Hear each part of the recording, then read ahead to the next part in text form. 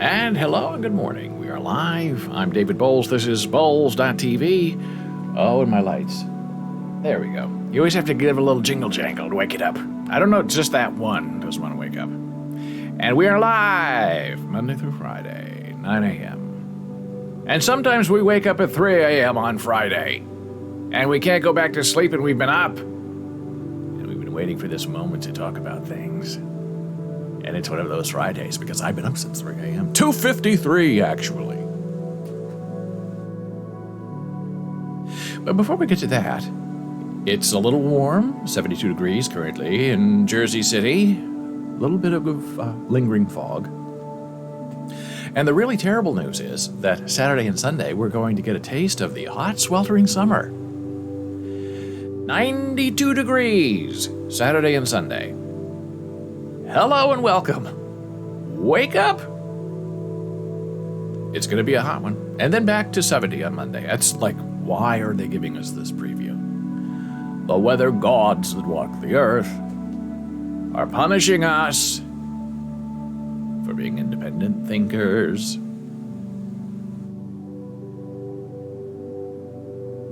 Oh, and my bot's working again. I'll show it to you. I'll put the Discord chat in there.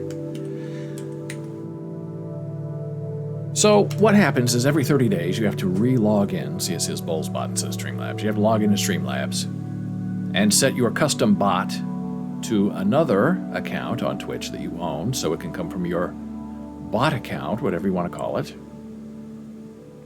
But when you have to re-log in to Streamlabs and verify on Twitch, then it's some reason disconnects your previous bot. So you have to go into Streamlabs, delete the bot, re-add the bot, log out of your main account, log into the bot account. Bot account is set up. Log out of the bot account, log back into your main account. And then remember to turn chat bot off for 10 minutes so it resets, and then turn it back on. Remember to turn it back on, and then come back and test it and see if it's actually working. And it is. And that was yesterday, and I'm still exhausted from it. But at least it's working. So this morning, like 2:50, I get awakened from a relatively sleep slumber by this terrible hum. And I wear earplugs every night. It's a leftover from my days in New York City where it's 24 hours a day of noise. And here it's much quieter, but it's something to get used to, so I just put them in and go. And I have my earplugs in. And there's no other sound, but there's...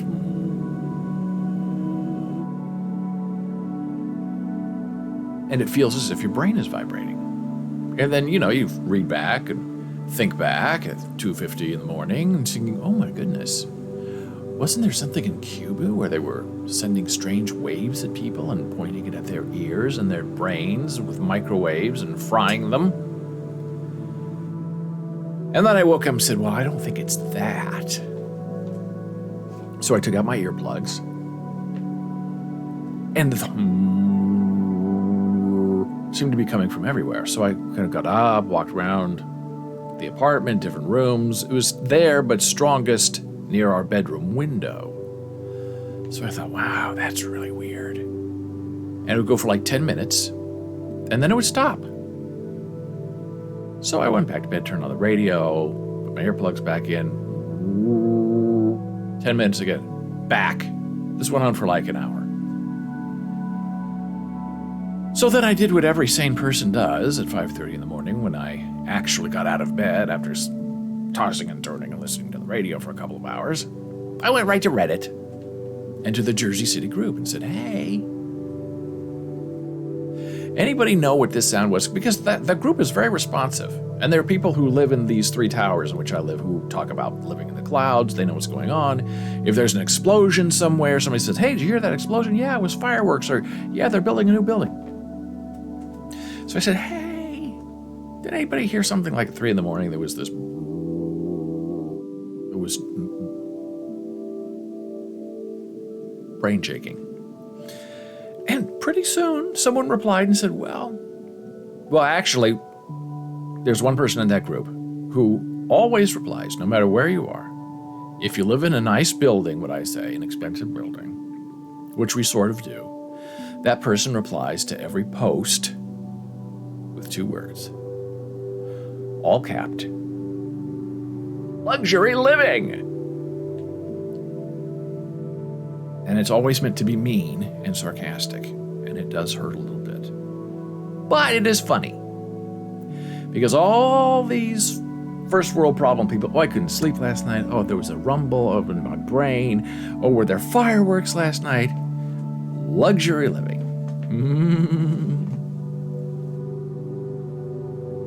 And then after that, someone else replied and said, well, I know that they're doing a lot of construction work between the Grove station and the Journal Square station.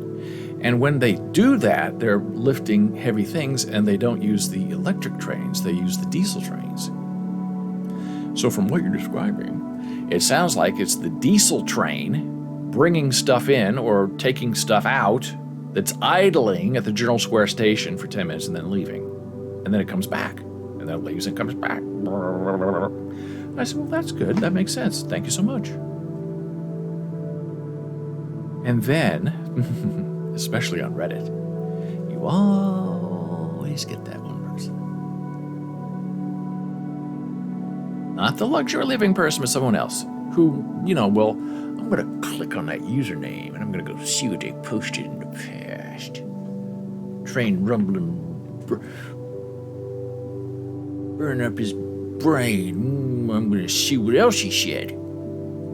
And an ongoing topic that I have participated in for many months, different times, different threads, is how a lot of people complain that there are telephone poles all over Jersey City. And on the telephone poles, there are electric wires, there's telephone wires, there is cable wire. It's very, very, very ugly. And people don't understand why. Why is this there? So I try to do my best to inform without replying luxury living. And I say, well, now I'm going to say this how I should say it. Well, specifically speaking, in some areas of Jersey City that are the majority of parts of Jersey City is pretty much built on bedrock. Bedrock are big, hard, heavy boulders, and they're very close to the surface in most parts of Jersey City. So when you excavate to build a building, you have to use, I understand it's TNT, dynamite, whatever it is, to blow up the bedrock so you can move it out to pour foundations for new buildings.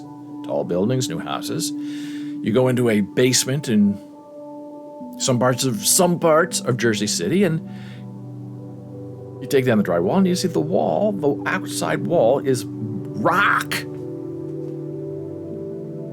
So I said that's why they don't bury utility cables in Jersey City, because it's too expensive and too hard to do, because they can't bury them in the ground, because we don't really have ground in certain areas of Jersey City. They can't dig a trench and put in a cable and cover up because it's rock.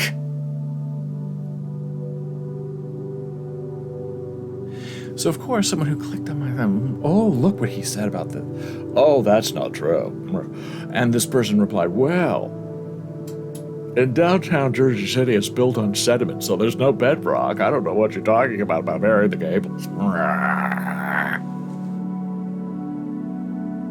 And anybody who does anything with the Jersey City anything, if you're in Journal Square, waiting for the train, the whole tunnel is chiseled out of bedrock. And you can see the bedrock. It's the whole arch. So there are people who want to pick apart every little tiny thing you say. So I just replied and said, Hilltop, Journal Square neighborhood. The Islands, over there. The Heights, another neighborhood. They're all built on bedrock. Everybody knows this. There is no real soil. You can't really plant things because you go down just a little bit and you hit rock. You don't have to go down 70, 80 feet of sediment to hit bedrock. So you just wonder why these people go back and resurrect these zombie threads. What are they doing? Why are they here? What is their purpose for doing that at 6 o'clock in the morning? So So I guess the mystery is solved. It makes sense that it's an idling diesel train, because that was just the sound that it was making. And it was not an attractive sound.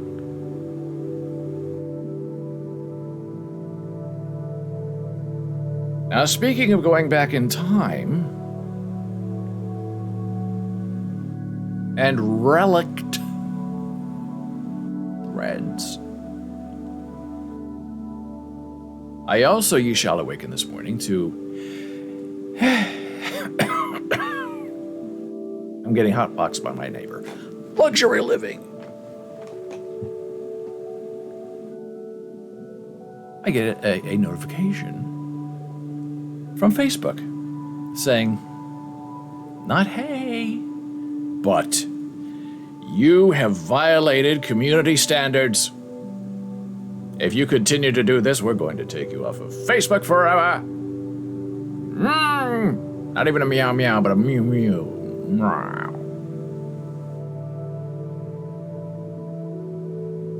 And I'm thinking, what? I'm very careful about my social media. I don't say really anything that's terribly insulting or radical. I don't curse. I don't put up nude pictures. I don't really post ugly kinds of political memes. I'm very vanilla because I don't want this kind of problem. So I look,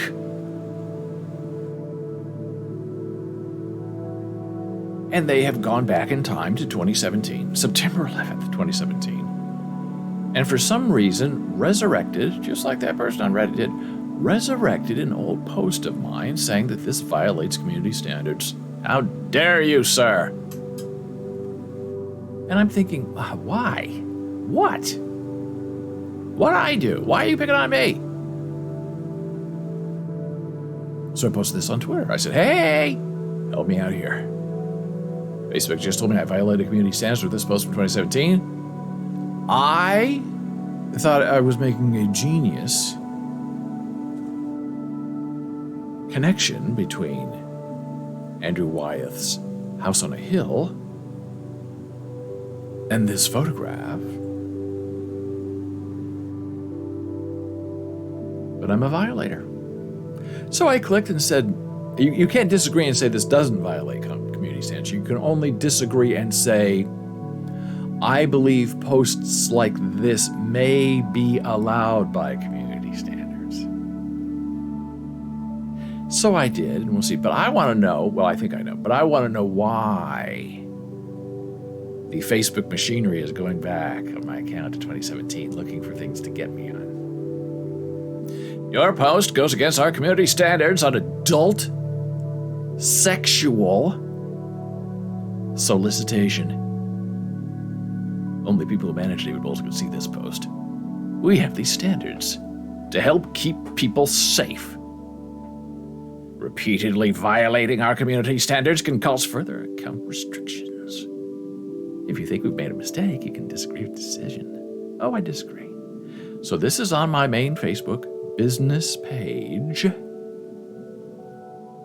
September 11th, 2017. Andrew Wyeth's American Funhouse. This is a woman standing in an empty field of what used to be, as you can see in the background, a funhouse, a carnival. And somehow Facebook believes that's sexual. Now, how do you fight back against something like that? Why is something like that even brought up to you? And if you want some context, this is what I was referring to in my genius post. This is Andrew Wyeth's very famous painting of the woman longing for the house on the hill. It's beautiful. I love it. There have been essays and books written on how this woman you see in this frame is positioned and how her arms are and how much she is longing for home, even though you can't see her face. And this is what I'm doing. Same field, woman, longing, looking at the funhouse. A twist on an old thing, yeah? No. It's a violation of community standards. How dare you, young man? We're watching you and you're Alleged sexual deviancy.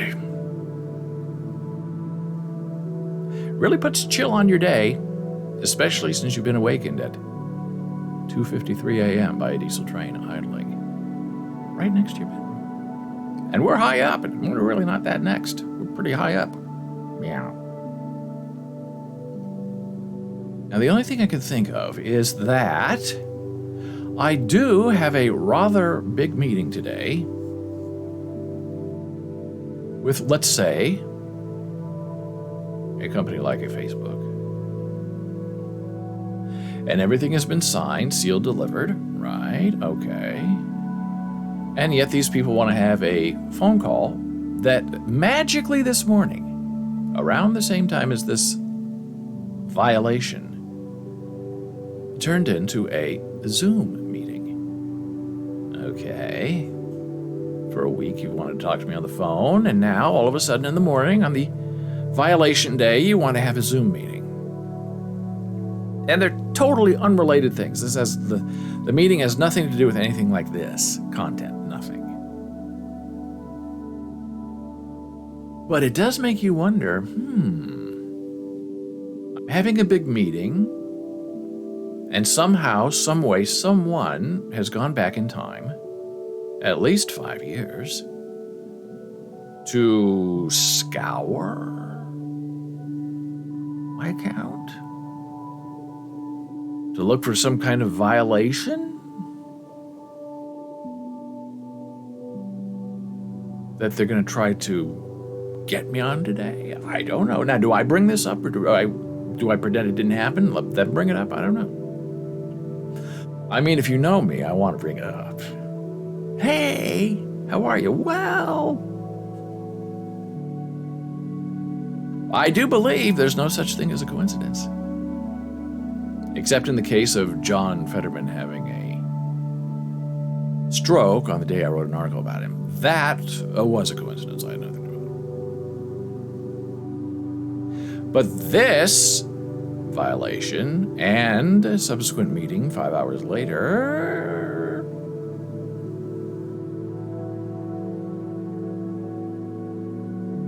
seems like it could be on purpose. I don't know. I'm not saying anything either way.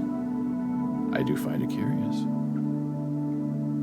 And maybe even a little bit odd.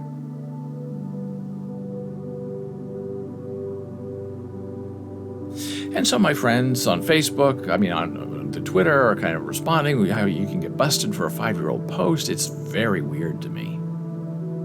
Because it feels like an on purpose. But it's an on purpose that I don't really understand. Like, where is this coming from and why is it happening? This I cannot say, and I do not know. But it does make me wonder. Now, here's another interesting thing that is going on, just on Discord before we take our first little break. There are hidden places on Discord that you can go and hang out. If you know, not the right people, but if you know the right link and how to get into things. So I had to reinstall Discord on my iOS app. And this time when I logged in, it said, hey, are you a student or an alumni? And I said, yes. Well, why don't you try to join the server? Okay. So there was a Columbia server, and there are like 50 different Columbia servers of many different things. And there's not an official one, but there's sort of an official one that most people join, like 2,500 people have joined it. So I thought, okay, hey, I'll join and see what happens. Well, it turns out that they have, I think I have strict bots.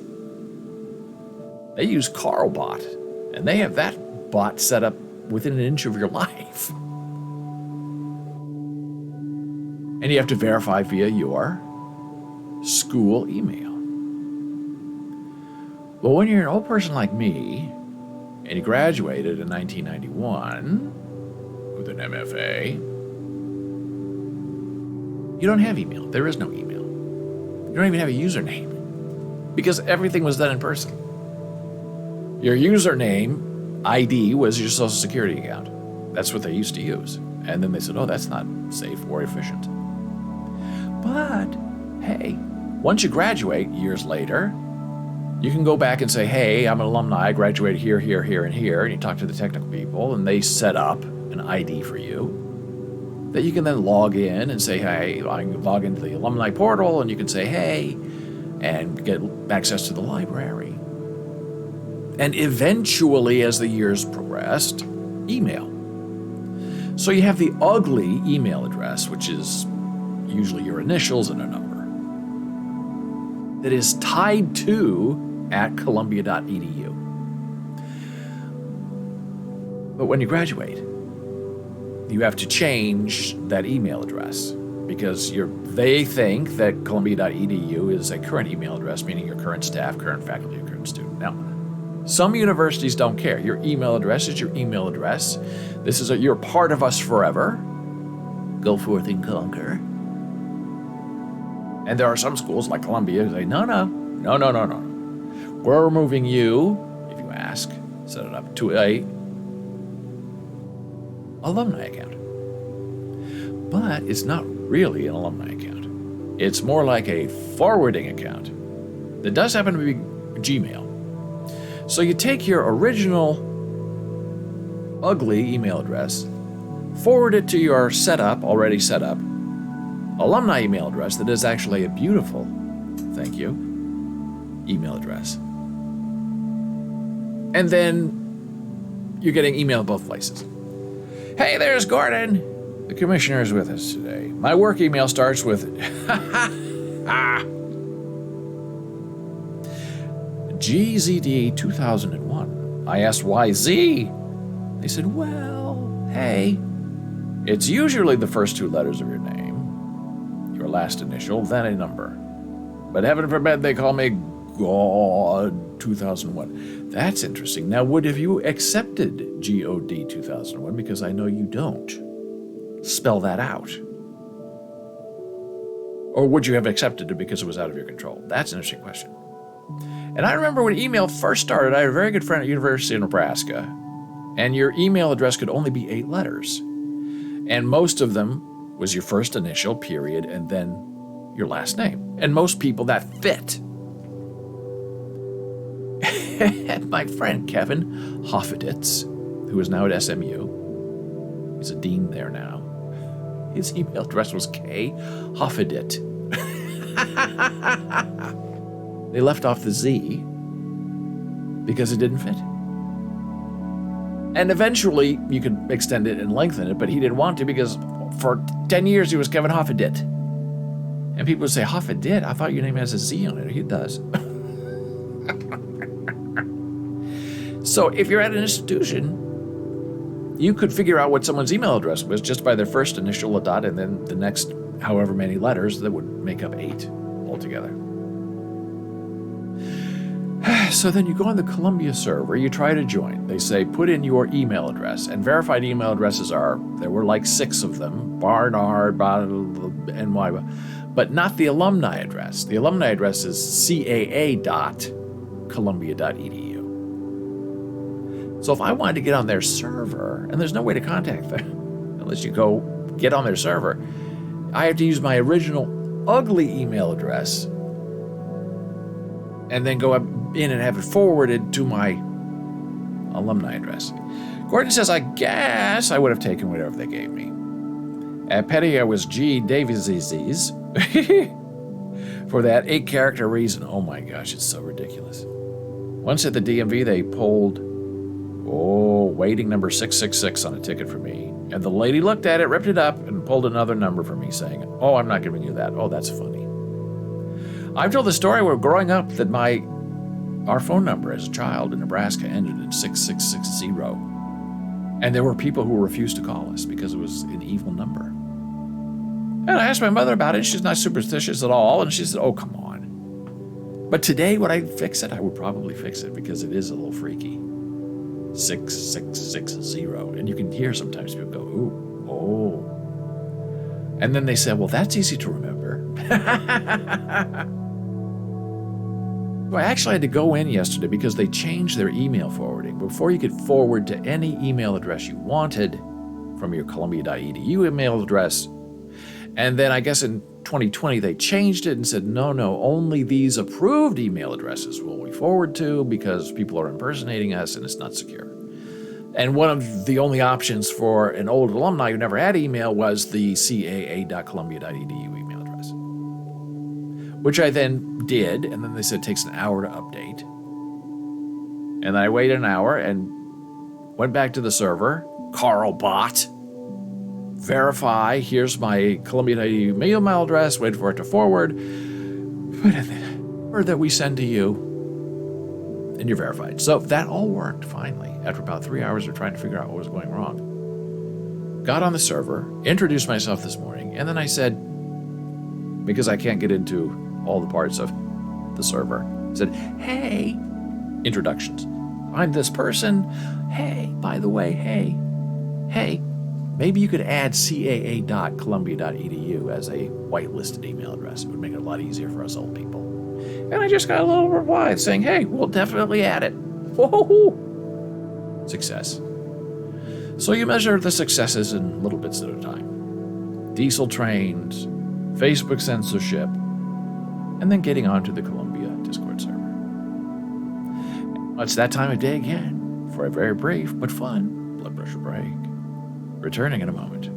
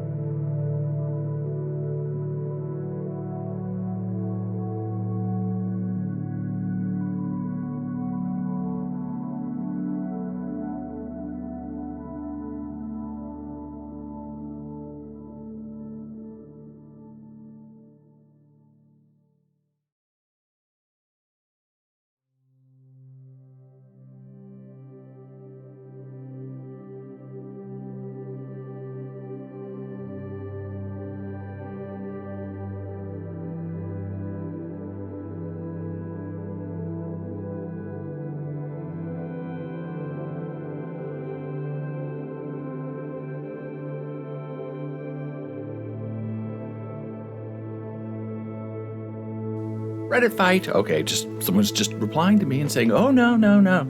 Oh, no, the bedrock's way far down. Oh, yeah, you don't know. And that's not why they don't marry utility cables in Jersey City. And I said, well, that's not true. What are you going to do? What are you going to do? You've been up since 3 a.m.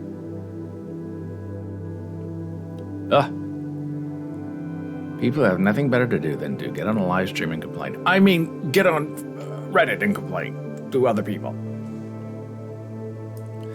So, now we're shifting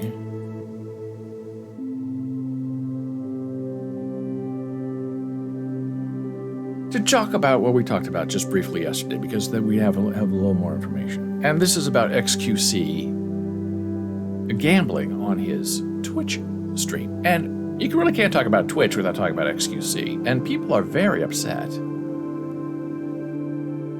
that he is allowed to gamble on his stream like that with that many followers. And other people say, well, he usually has, 20 to 50,000 followers, but when he gambles, it goes up to 100,000, so people are obviously interested in watching him gamble. And then other people say, oh, come on now. Those are bots that the gambling casinos have hired to make it look like people are interested in his gambling streams, because nobody is. There really is nothing worse than watching XQC lose at casino. This morning, just for fun, he's on 6 o'clock in the morning, 5:30 in the morning, playing casino games, roulette, looking miserable. People are very concerned because they say, hey, look, these kids they adore him. And most kids have access to a little bit of Bitcoin, and they go onto these gambling sites and they lose a lot of money.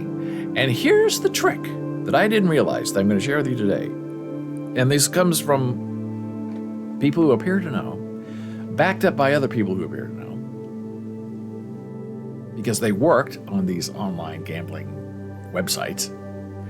So let's say that you win, and XQC is not playing with his own money. He's lost $1.8 million a couple of weeks ago, and he is very clearly taking sponsorship money from these casinos to gamble with their money on his live stream to make up all the money that he lost gambling in his real life.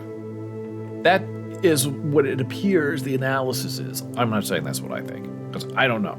I don't even know the guy. But here's the trick. And for some reason they call it gamba instead of gambling. I think that's because that's how Felix pronounces it. He has interesting speech habits, and he is French and he is Canadian, so we're not holding that against him, but people kind of get sick of calling it gamba, G-A-M-B-A, when it's really gambling.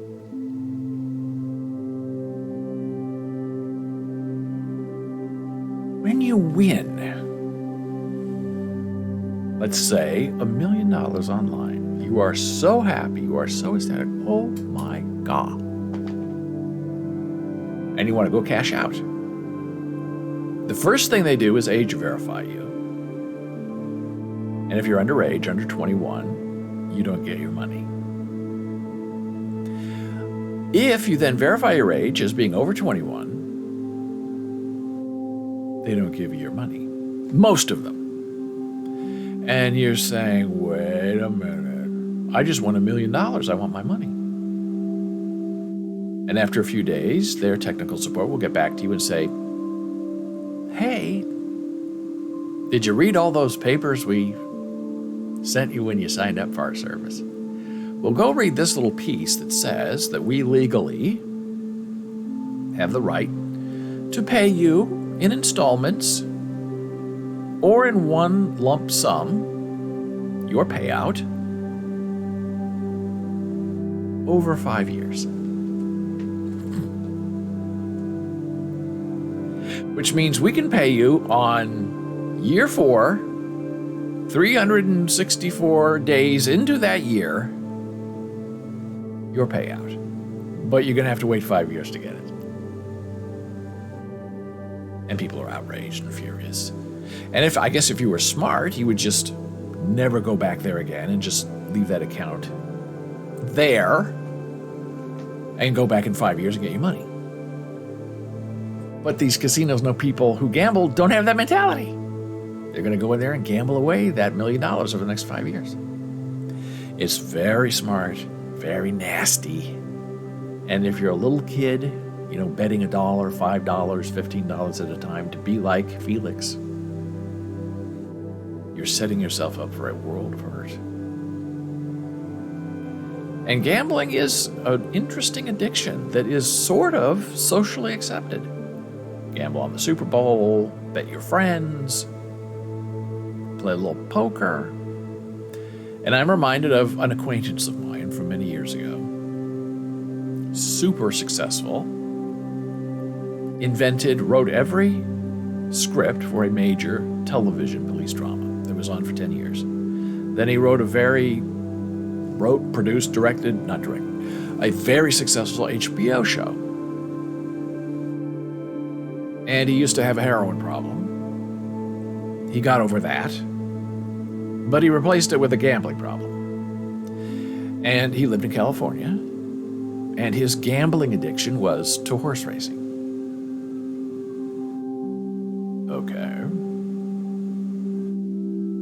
And over the course of many years, he won some and he lost some. Then, of course, as every true gambler knows, you start a streak from which you don't recover.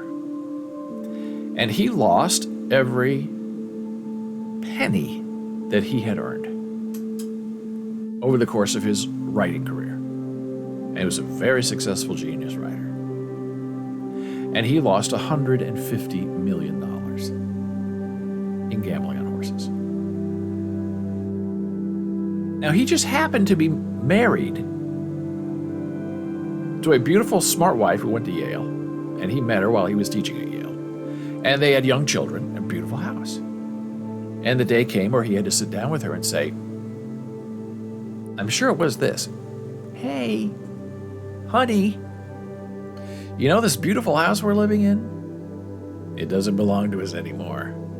We're moving into the valley, into a one-bedroom apartment in 2 days. And this wife, who had been with him through the heroin surge and recovery, was, wait a minute, what? What do you mean we don't have a house? This is a $30 million house. What do you mean we don't have a house? And he said, I lost it all gambling. It's all gone. She said, what's all gone? He said, everything I've earned, $150 million is gone. So they moved into this house, and his wife, who's very smart and very angry, went to their accountant. Big accounting firm in Los Angeles. All the big stars go there. And I don't know if I had a lot of money, would I like to pay my own bills. I don't want other people paying my bills for me. I want to know where my money goes. But I guess when you reach a certain plateau and you have a certain amount of money, you just can't do it yourself anymore. So she went and sat down with the accountants by herself and said, where is our money? Where's my money? I said, well, your husband took it all. He kept asking us for more money, and we sent it to him. What do you mean? She said, this was done behind my back. He didn't tell me, and you didn't tell me. Well, you're married to your husband. He should tell you. This is our fault. We're just accountants. And she said, no. My deal, our deal, a husband and wife deal with you is that you, the accounting firm, represent both of us, not just him. He may be the one who earns all this money because he's the big writing superstar, and I'm not. But half that money is my money. And you gave my half of my money to him. And we live in California. And they said, no, we don't owe you anything. This is between you and your husband. And she left and was very angry and said, well, I'm going to sue. And they said, oh, you can't sue us. You won't win. She said, oh, I'm going to win. And so she sued on the grounds that they never contacted her. They never gave her a bank statement. They never gave her an account statement. They hid it from her. They cut her out, probably at the request of her husband. But they didn't have the right to follow any instruction from her husband that did not include her because it's half her money. And she wanted her half. She wanted $75 million back. And they said, we don't have $75 million. She said, I don't care. And because this was about reputation and very nasty and high profile, the accounting firm said, no, you're trying to get back. You're in this with your husband. That's what they did. They turned it on her. You're in this with her husband. You knew he was gambling all the money away, and you let him do it. You approved it. And now, you're trying to go back in time and recover half the money that you say belongs to you, so the two of you, you and your husband, can live off that money that he lost gambling. And she said, that's not what happened. You have no proof that you ever told me once that I didn't have any money in this relationship. And we're going to court. And right before they were going to go to court, suddenly, the accounting firm realized, this is going to be really bad for us. Because they were the only game in town, really, where all the rich, super rich people would go, and this would damage them, that they're not informing the legal spouse of this world-famous writer, who kept telling his accountant, look, I'll make it up, I'll write another show, I'll get some money back, and he always did. All these years, he kept replenishing the money that he was taking out pretty much. And then his show stopped. It got canceled. His other show was long gone, living off residuals, which is not the same as getting live money, and he ran out. So the accounting firm said, okay, wife, we will settle with you. We'll give you some money, but we're not admitting anything, and we're not going to trial. And she said, fine, give me the money. And I think they settled, I think, I've heard, maybe $30 million. Half of what she was trying to get. And I think she took that money and she bought a house, and I think she's still with her husband because he's very talented, he's super charming, and he's an addict. Is it better to be a heroin addict and almost die, or is it better to be a gambling addict and almost die at the hands of your furious wife? It's a difficult conundrum. Don't gamble, kids. Don't gamble. It's not worth it in the end.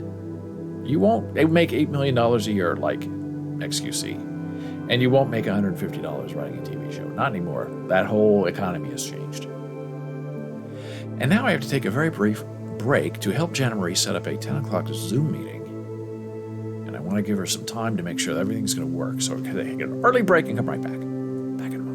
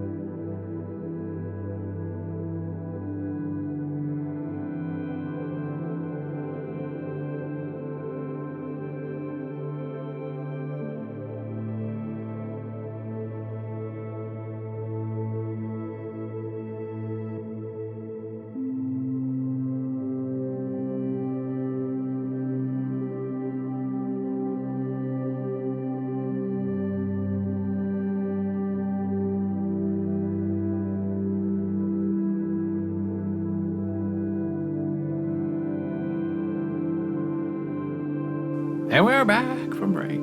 I'm David Boles. This is Boles.tv. Coming to you live since 2:53 a.m. this morning. Well, not really, but it feels like it. Monday through Friday, 9 a.m. live here on Boles TV. Well, Janice all set up with her Zoom meeting. She's just right over there.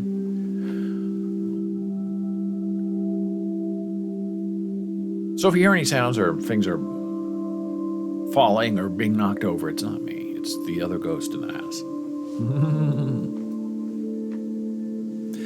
And speaking of Janet Marie, she had such a wonderful story. And this happened yesterday. One of her many jobs is to help disabled people find jobs.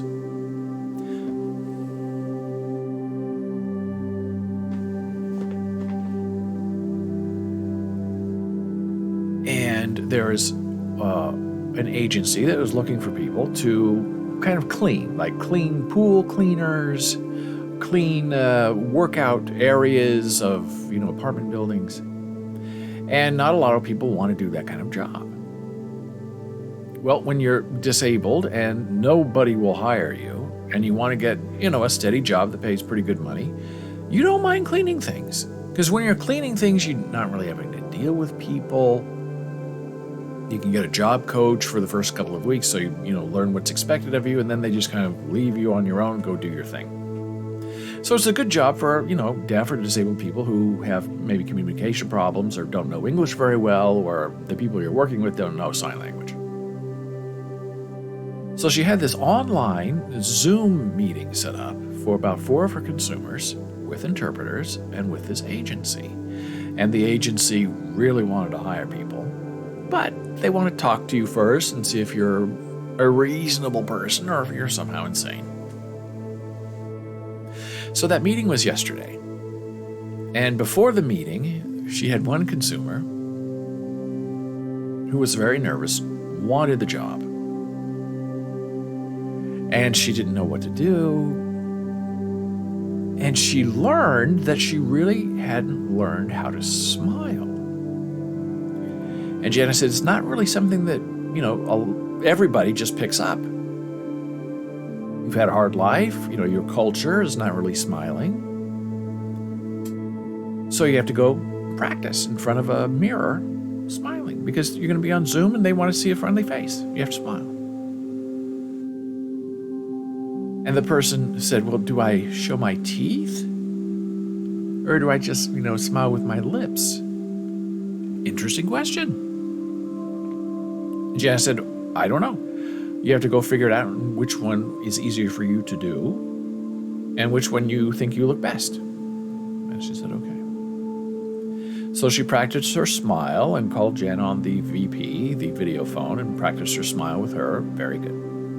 Next day, she called and said that she went out with her mother to get interview clothes for the interview because she didn't have any nice clothes. And she brought a nice black jacket and a tie sort of thing and a nice work blouse and even pants. Even though they couldn't see her on the Zoom, she had nice pants. And so she was trying on these different outfits with Jen on the video phone.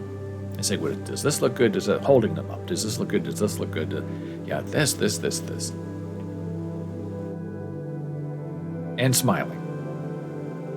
So the interview was yesterday, and it was about an hour interview, talking to each person for about 15 minutes. And some people are experts at being interviewed, and other people have no idea what they're doing. And it was this woman's turn, and she couldn't see the Zoom feed or the interpreters. And she's not with Janet, she's at home. And the people are saying, how can we interview her? She can't see us. We can see her, but she can't see us. So Janet said, don't give up on her. So Janet texted her and said, look, they can't see you. No, you can't see them, but they can see you. So when they ask you a question, I'll watch the interpreter. I'll type out the question. I'll send it to you. And then you just answer looking at a blank screen. And Janet said, by the way, you look very nice and your smile is great. And she wrote back and said, okay.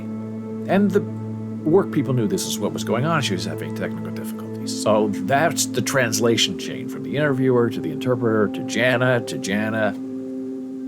the person. And then the answer's given. So it took a little while. So the interview was all done. Everybody said goodbye. Everybody left. Jana stayed after with the interpreter and the hiring agency. And the agency said, well, they were all very good, very impressive. We would like all 4 of them to be hired. And she said, that's wonderful. Thank you so much.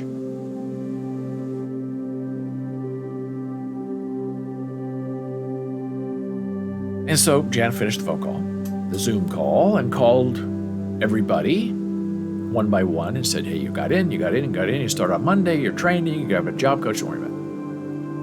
Finally, she called this person with the smile and the clothing and everything and said, hey, you can see me, and you can see me, I can see you. Yes, it's working now. And her consumer was very, very nervous. And she could tell, you looked in her eyes, she was terrified. And Jana said, you got the job. And her consumer burst into tears. And Jana said, why are you crying? You got the job. She said, I know, but I'm crying because I'm so happy. I didn't think they would let me work there. Jana said, well, you deserve it. You worked hard. You were serious. You worked on your smile and your presentation. And you went out shopping with your mother. She said, I know, it was a lot of pressure. I said, well, it worked. Jana said, it worked. You got it. And then Jana started crying because she was so affected that she was so affected that she got her first job in the real world. And that this company didn't care that she happened to be deaf. So that's when your job kind of changes from being something that's 9 to 5 to something that has meaning beyond the work week. You're making differences in people's lives. And there's something at stake, and there's something that's important, that matters to people. And I tell you that story because I just helped her, and now she's in another meeting, and I completely missed my note from Commissioner Gordon. Gordon said during the break, I have a friend who is quite good at drawing and painting, and I've tried to convince her to use OpenSea's free option for minting that allows you to create NFTs. I love that idea. And she says, down by the seashore, she says she doesn't have any interest in taking a risk like that. And Gordon said, what risk? It costs you nothing, and you like making art anyhow. Alas, well, that's true. I don't understand it. Our artist friend, artist Dora, feels the same way. And she has said on the stream that her son will not allow her to sell NFTs. Even though I think she has some very interesting pieces that would be great. And a lot of these artists, all they do is they take their piece of artwork, they get a super high resolution camera, which is really any DSLR camera. You can use your iPhone too. And they take a picture of it and they crop it and they upload it to OpenSea. It's free money. Because OpenSea takes their cut on the person who's buying it, not on the person who's selling it. So I agree with Gordon. She should go out there and get her stuff up there. Now, if you're new to it, it can be scary, it can be a process, but OpenSea is very, very user-friendly. And some people think that's dangerous because they make difficult things very easy to do. But I don't think there's anything wrong with that. But there are people who get very nervous about technology. They get very scared by it, and they're afraid they're going to get ripped off. But it's not really the sellers that get ripped off, it's the buyers that get ripped off. Although if you become popular, then people tend to steal your stuff and resell it, and then you have to go after them, and it's a big mess. But it's okay, because you might make a little bit of money. and get a little bit of your time back that you spent on your artwork.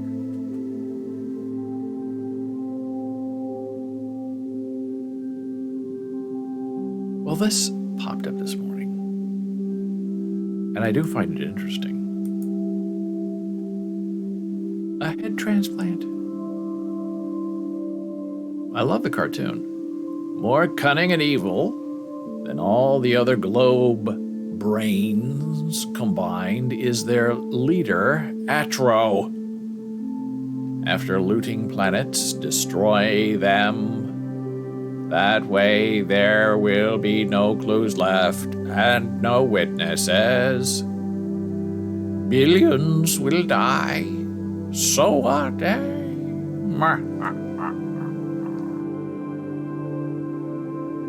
Is it possible to transplant heads? Heaven has a different meaning for different people. For some transhumanists, heaven is an acronym for head anatomosis venture, which we'll look at in a moment. An attempt by an Italian and a Chinese surgeon to transplant a living head onto a living body. Now, I thought that's the definition for zombie. I don't know. They have been working on this project for several years and claim to have had some success with animals. This ambitious experiment by Sergio Canavero and Xiaoping Ren raises as many philosophical questions as it does neurological and surgical ones. The current issue of the Journal of Medicine and Philosophy, which we'll look at in a moment, examines some of the complications, assuming that it is even possible to remove a head from one body and transplant it onto another body. This is like cryogenics, right? Where they just cut off your head and hope to bring the rest of your body back. Didn't Walt Disney do that? Some famous people have done that. Who can be said to survive a procedure like this? It is the person whose body was used or the person whose head is now on a different set of shoulders. That would be fun to get two people. They usually use criminals for this. Death row people, right? Cut off their heads, switch the bodies, but the head, so what happens? Is the brain really the focus of personal identity? How can we assess the ethical basis of such a venture unless we agree on fundamental points of metaphysics? Is it ethical to use a procedure like this to keep a person alive indefinitely? Cycling a brain through body after body. Wow, that's interesting. One of the contributors, J. Clint Parker of East Carolina University, asks whether the project contributes to human flourishing. Dr. Canavero's initiative raises profound questions about what type of life is worth living, and importantly, what type of life is worth living forever. Even if there is something important about enduring, is it good for human beings to endure forever as they are now? The stakes seem to go up the longer one lives, and it seems likely that rather than giving human beings enhanced existence, head transplantation, at least for the foreseeable future, would likely lead to a diminished existence. And if it worked perfectly, it seems widely improbable that simply animatizing a new body onto a head would keep the brain perpetually young. And the best part of these kinds of stories are the comments. And there's just one comment on this from a medical doctor, or so he claims. This experimental goal was reached some 60 years ago by Robert J. White, MD, PhD, founder and chairman of the Department of Neurosurgery and of the Brain Research Laboratory at Case Western Reserve. See Brandy Shillige's fine biography of Dr. White, Mr. Humble and Dr. Butcher, A Monkey's Head, the Pope's neuroscientist, and the quest to transplant the soul. This is a history which is today quite contemporary. Again, given all of our still unreconciled issues of personhood and humanity, or of bioethics, and the determination of death. Lovely, right? And here's one of the linked pieces from Oxford Academic. Okay. The Journal of Medicine and Philosophy. The whole body head transplantation, personal identity, experimental surgery, and bioethics. It's an interesting thought. Suppose surgeons were able to transplant the head, brain, and all from one person onto a body secured from a donor who has been declared dead, presumably using neurological criteria, whose head has been removed. Dr. Canavero and surgeon Jean Ren have been collaborating to turn such a science fiction tale into medical reality. Now, this feels like, the National Enquirer for neurosurgeons. It seems a little off-kilter, but they're making it more about philosophy and divinity rather than exactly how to do it. See, it's all about philosophical questions of transplanting a head. I thought this was going to be a step-by-step instruction. Cut here, cut here, cut here, and then staple, staple, staple, new body. See what happens. Now that would be fun, but probably not practicable. And here's the other link from that story, which is just ridiculously fun. This is the National Library of Medicine, the National Center for Biotechnology Information, PubMed, big, okay? People look to this for answers. Heaven. The head anastomosis venture project outline for first human head transplantation with spinal linkage. 1970, the first linkage was achieved in the monkey. However, the technology did not exist for reconnecting the spinal cord, and this line of research was no longer pursued. In this paper, an outline for the first total cephalic exchange in man is provided, and spinal reconnection is described. The use of fusogens, special membrane fusion substances, is discussed in a new view of the first human cord linkage. Several human diseases without cure might benefit from the procedure. It just reads like a little bit of a science fiction novel. This goes back in the 1970s, the hypothermia protocol. The only way to perform a cephalic exchange in man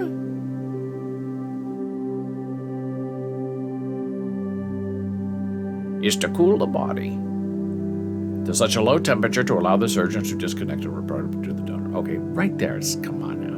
Just kidding. A little bit ridiculous. Dr. Frankenstein stuff. Oh, and here you go. Here's a drawing of how to do it. Oh, and look at there's line pressure, arterial pressure. You have this thing. Is that in the body, or is that just like hanging off of his neck that he doesn't have anymore? Bizarre.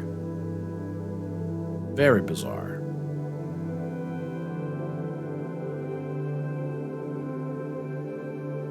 And here we have the monkey. Now, are you putting a monkey's head on a man's body? That would be something special.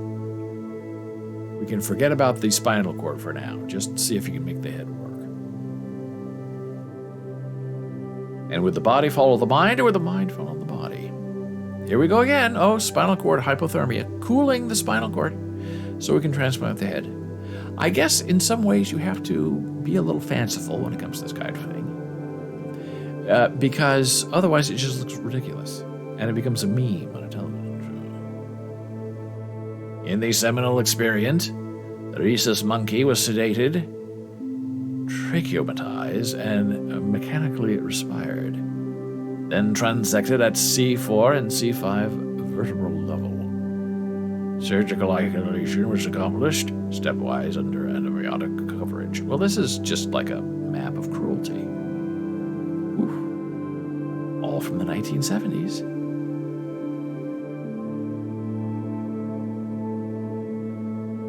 And it's published by PubMed. Wow. A little shocking to me. But the images are sort of shocking. And maybe a little scary while also being a little bit funny. Now, this is interesting. Several conditions would qualify for this sort of surgery. White pointed to tetraplegics, who show a tendency to multi-organ failure. In truth, the impeller of White's study was a possible cure for intractable cancer. Okay. Without brain metastasis.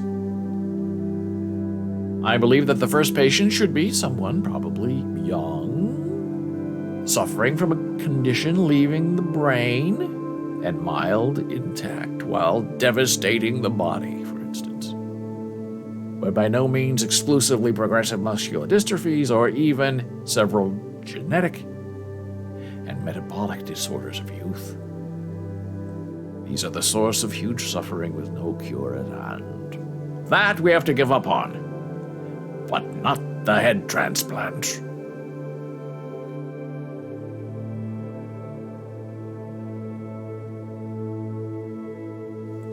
I have not addressed the ethical aspects of heaven. In Thomas Mann's The Transposed Heads, two friends, the intellectual Shridaman and the earthy Nanda, behead themselves. Magically, their severed heads are restored, but to the wrong body. And Shridaman's wife, Sita, is unable to decide which combination represents her real husband. The story is further complicated by the fact that Sita happens to be in love with both men.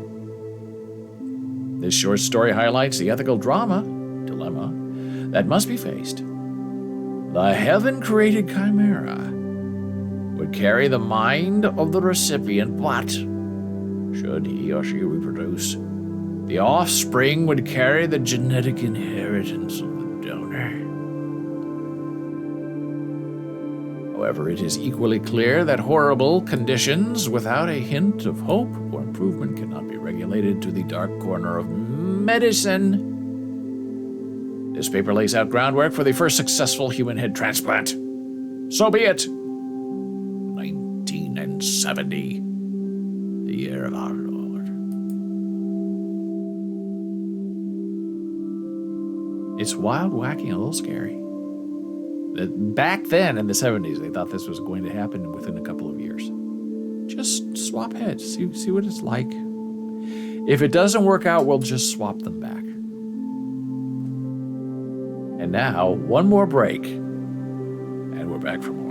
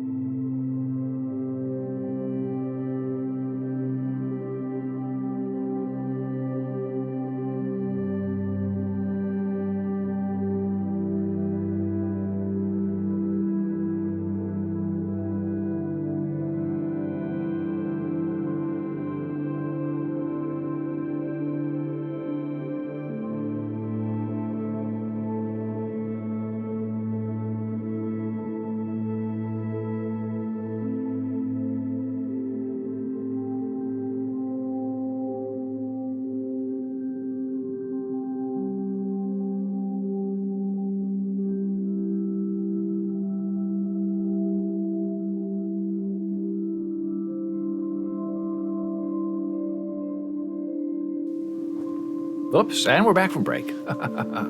I say whoops because I hit the ad button again. But it's not letting me play an ad, which is good, which it's supposed to do. It's saying, you already just had an ad break, stop it.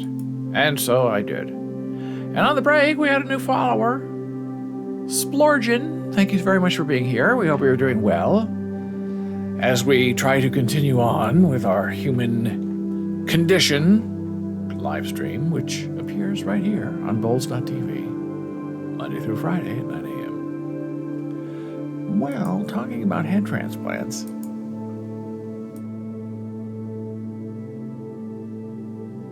I love this. It's taking the Twitterverse by storm. Optical illusion. Terribly clever. Chessboard has left people scratching their heads. Their non-transplanted heads. So this is what's going on with that. It's time for another optical illusion. This time we will bring you a mind-bending optical illusion where two sets of chess pieces have the same color. And the internet is puzzled. How could it be? Let's go right to this because it's bigger and it's not part of it. The top and bottom chess sets are the same color. How could it be? How is it possible? One side is white, one side is black. That's how you play chess. What do you mean they're the same?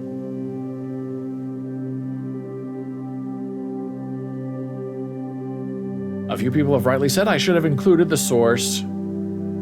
Anderson B. Winnower, J. Image Segmentation, Likeness Perception, 2005. Here's the PDF from Nature. And here's the video showing they have the same brightness. And here's the first blog post I saw it in anyway, if you thought it was remotely likely to go viral. I haven't included this, but it didn't. Silly of me.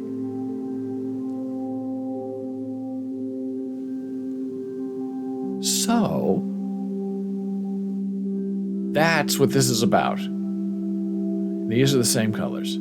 And people who know, you look at it and you blow it up and it's, oh my goodness, it is the same. How could it be? It's the background that's changing. It's an overlay. No, it's an optical illusion.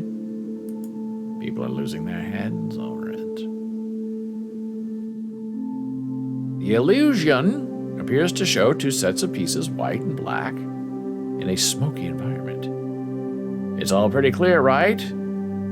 But there's an unbelievable illusion that actually displays two sets of pieces with the exact same color. I can't play you the YouTube video because I'll be in trouble. How is it possible? Well, every piece has the same pattern of shades as its counterpart. If you screenshot a tiny spot from any one of them and its partner, they will be the same shade. The image is a perceptual illusion, which means our brains end up tricking us. Our mind can only see the picture as a whole, taking into account the background colors as well as the chess piece colors. The illusion has left people shocked and confused. Well, this is terribly clever.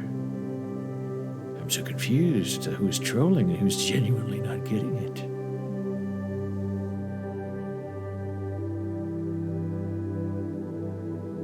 So there you go. That's how you get viral on Twitter. Freak people out. Show them something that they don't think they're seeing. Not only is the illusion to have caught the interest of internet users, a recent illusion left netizens thinking their ceilings were moving. The viral illusion left many perplexed about their surroundings. I'm scared to click on this, but I guess we will. Oh, there we go. Is it moving? I don't think it's moving. The human mind is funny. Here's an optical illusion that the ceiling is moving. Now, I like the optical illusion that's the floor carpeting in a hotel. It makes people walk slow in Germany. Let me see if I can find that. German hotel carpet. Ah, here it is. See, sometimes I remember things when I'm up 6 in the morning. And here. This is the photo. This is the thing. This is flat floor, but it makes it look like there are dips and that you're going to trip all your way down. Now, I don't think you could use this carpet in America because people will sue the hotel saying, I got dizzy, I know it's flat, but there was an optical illusion, I lost my head, I just had head transplant surgery, my head rolled down the flat hallway, and I fell down and hurt my knee, and I want $150 million so I can gamble away at the horse races. And they would win, because that's what we do in America. Can't have any fun, because you're just out to trick people and get optical illusion money. Does your school have a slander account? Now that's an interesting headline. Why? Well, during lockdown, hallway gossip migrated to anonymous slander or confession accounts. Many still operate and disrupt school culture, students say. Now, this Columbia University server I was on, they said this is the second version of the server. We're not having a gossip area anymore, where we talk about things we hear when we talk. That's out. You post that kind of stuff on our server, we're removing it. I was thinking, what are they talking about? Then this pops up. Even at Stuyvesant High School, one of the most academically rigorous and sought-after public schools in New York City, teenage gossip is, well, teenage gossip. Who's crushing on who? Who just broke up? Who's the cutest in the grade? But rather than comments whispered in hallways, students frequently shared those juicy nuggets about anonymous online Stuyvesant confessions on Facebook, Instagram, that much of the student body follows religiously. Well, that's just a little sick, I think. People will be talking about it. Did you just see the new confession? Many confessions are harmless, complimenting a classmate's smile, or admitting apprehension about prom. But others target and bully students. In Farrow's freshman year, a post called her and two peers overweight and unattractive. Dozens of students came to their defense, reassuring them the insult was completely untrue. But still, it hurt. It affected. So these schools are trying to figure out what they're going to do with these online places where the kids are going after each other. Is that part of the school, or is this a Facebook problem? Does this violate the community standards of Facebook, insulting young teens? Probably not. But go after Andrew Wyeth's Funhouse, Mirage. From Mr. David W. Boles, September 11th, 2017. At Mia Myron's middle school in nearby Pomona, California, Instagram pages of a similar style continue to pop up, despite old accounts getting banned on numerous occasions. With page titles based on their phrase, lore beer lookalikes, a play on their school's name, users send photos they took of classmates to the accounts via direct message. And the page administrator then posts the images without identifying who put them up. Not very nice. That's what kids do, so who's going to fix this? Maybe Gordon has an answer. Gordon says, I've read that the best compliment you can give to someone is one based on something that's in their control. Like, oh, that's a super cool shirt you're wearing. I like that hair clip you have. I agree. That's a very kind way of doing it. Instead of saying, oh, you're short, or you're tall, or you have a big nose, or you have eyes that are close together, but they look good with those glasses. You don't pick on people or compliment people, things they can't control, like their bodies. Very smart. I like your shoes. You made a great choice with that earring today. Very smart. That's good advice. Circulated within one student body, a satirical TikTok account pokes fun without crossing a line, the teen said. The slander page posts videos about students and teachers that he finds funny when they're true. I don't know how you're going to go down this dark path and get away with it, because people are not going to like it very much. Teachers often collect phones during class, and when the devices get returned after, we don't pay attention in the halls. We bump into people like our heads are glued to our phones. Social media is a good outlet if you know how to use it the right way, but I don't think a lot of people do. This is very good advice. Hey, do you hate your face mask? A lot of people do. Jana has a beautiful N95 face mask that's white, and one of her colleagues that works at, my gosh, that's ugly. It's the ugliest thing I've ever had. Wear a KN95 mask instead of an N95 mask. Well, we now have her pink and blue 95 masks, and now she won't touch the white N95 mask because she got made fun of. The U.S. government contest has 10 companies competing to make a better face mask covering. Now, do you like this? It's an origami sort of design. Do you like that better than the traditional KN95? I do. I think it's kind of interesting. Sort of beautiful. It looks like it would unfold. Here are some of the tests that they run to see if they're going to hide the coughs. Cloth, neck gaiters, medical masks are better, but still pale in comparison to NIOSH-approved N95 masks. In Europe, the equivalent of N95 are known as FFP2 masks. Not like there's an international standard. Here are the origami masks.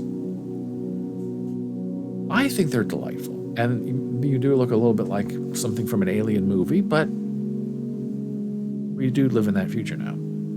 Richard Gordon and Ming Zhao decided to develop a new face mask after they couldn't find a good one to protect their young son from air pollution. I thought masks were a total horror.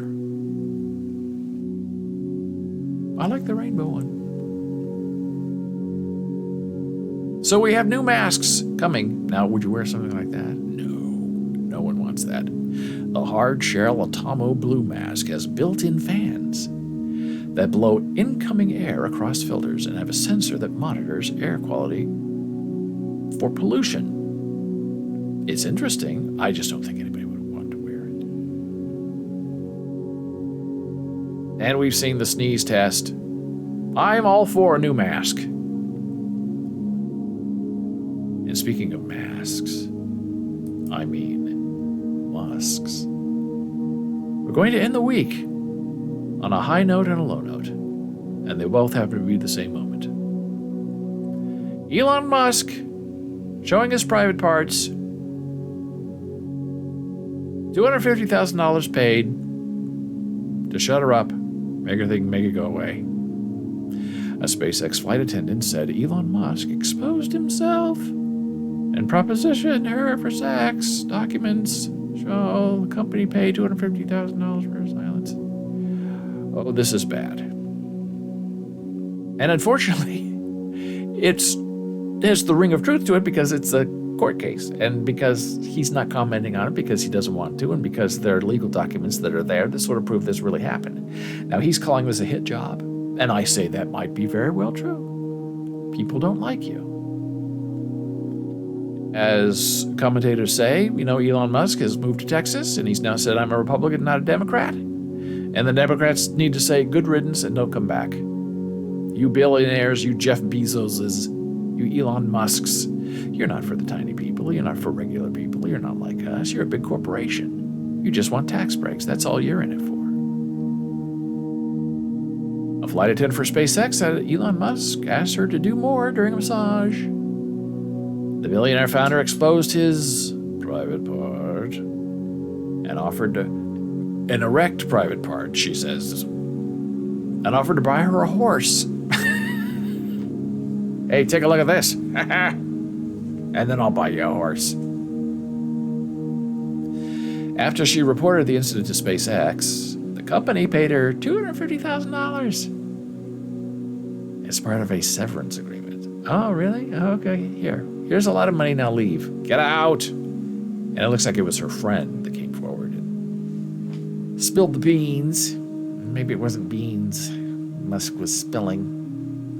But this is a long, gory story, And this is what happens when you become a jerk on the internet and you try to take away something valuable that people like the freedom of Twitter and the restrictions of Donald Trump. People fight back. They can't key your Tesla. They cannot buy your Tesla, but they can embarrass you with the facts of what happened. And if you're not living a right life, if you're paying off people because of your bad behavior, well, it's probably going to come back and hit you in the face at one time or another. And it does seem sort of like perfect timing to come and give Elon Musk a little slap.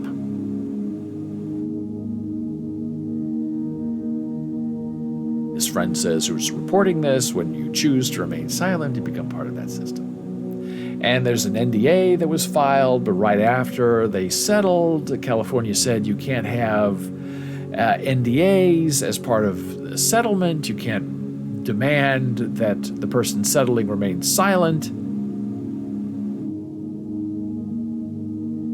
You cannot disparage each other, all of that. It's very good. And if you ever have to get into a settlement and you have to keep quiet, fine. And they say there's a non-disparage agreement, meaning that we're paying you $250,000 and you can't say anything bad about us. And then you have to flip that around and make it go both ways, so it's fair and clear. Okay, non-disparagement goes both ways. I don't badmouth you for $250,000, and you don't badmouth me because you paid me $250,000. And if I badmouth you, you're going to make me give back the money, and if you badmouth me, you're going to pay me another $250,000. It has to go both ways. And many people just want to take the money and run. And then something like this comes out, and then see people say, oh, from the company, oh, they were a bad employee. And the company badmouths you and tries to take you down, tries to teach you a lesson. And that's why it's very important that it goes both ways. You can't say bad things about me, and I can't say bad things about you.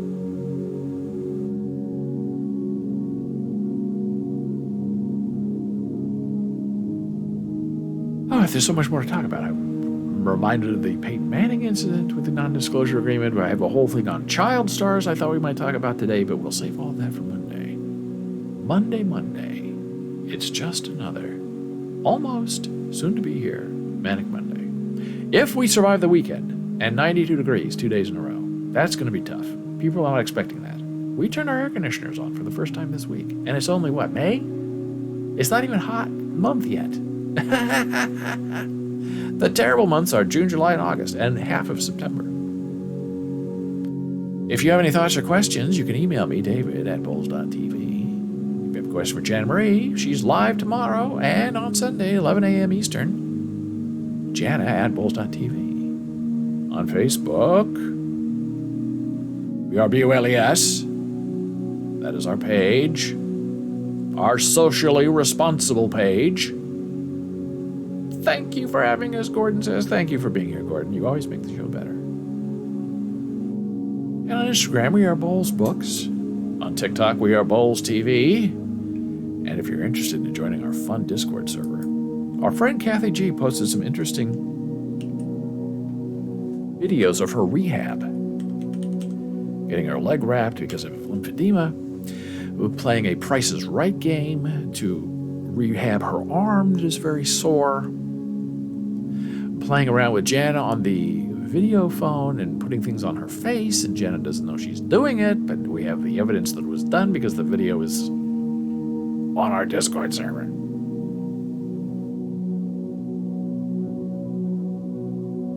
So stay in touch, be in touch, have a nice nap, wake up, go to bed, have a good time, always feel right, and may your soul be filled with joy. I will see you on Monday.